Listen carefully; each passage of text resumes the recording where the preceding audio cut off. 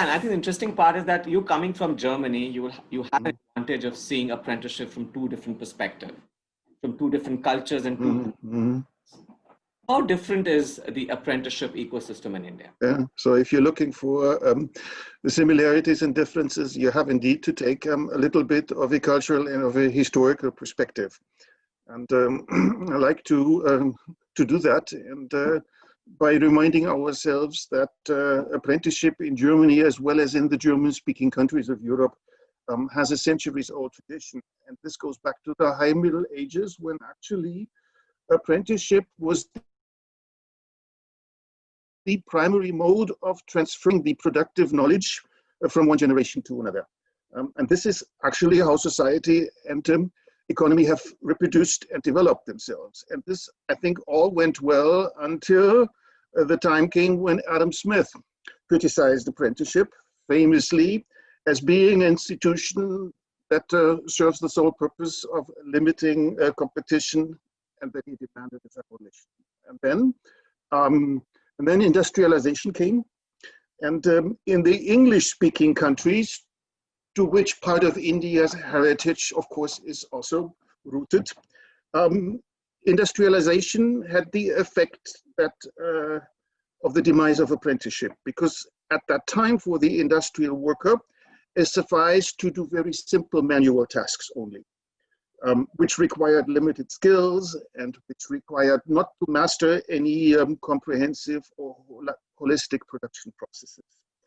And the alienation of the worker, which Karl Marx had criticized, incidentally began also when apprenticeship was discontinued. But in the German-speaking countries, they took a slightly different path. First of all, in Austria, the Empress Maria Theresia introduced mandatory schooling for all, which required also schooling of apprentices.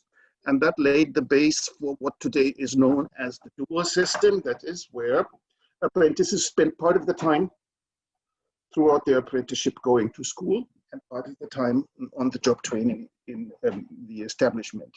And in Prussia, the steel and coal industries demanded that the young men were exempted from military service.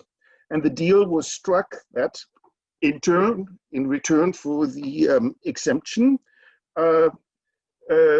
they had to give the promise that they train the young men in the industry and school them.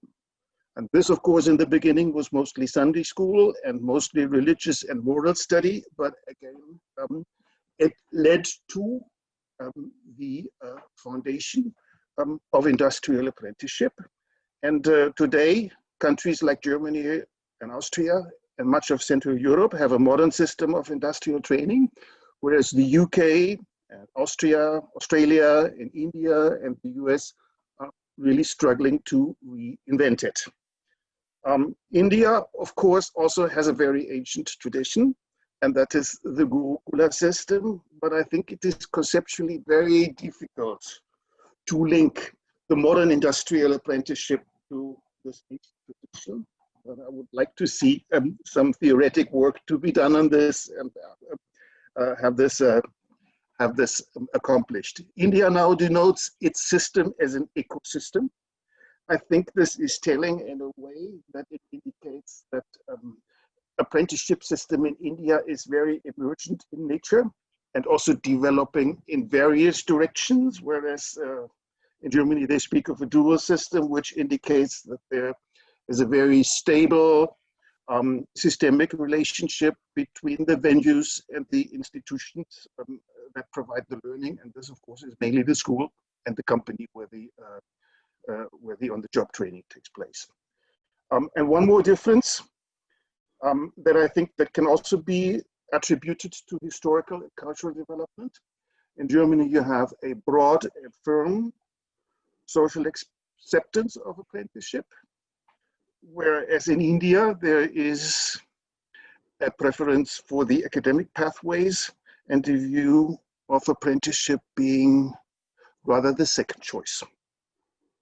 Mm-hmm. So I think that's what the difference, what you see. I mean, though you gave a very fascinating history to apprenticeship in Europe. Long answer, I'm very sorry. To Germany. So that was indeed very, very impressive and very It's fascinating. important for the for everything else we may be talking about, huh? Yeah.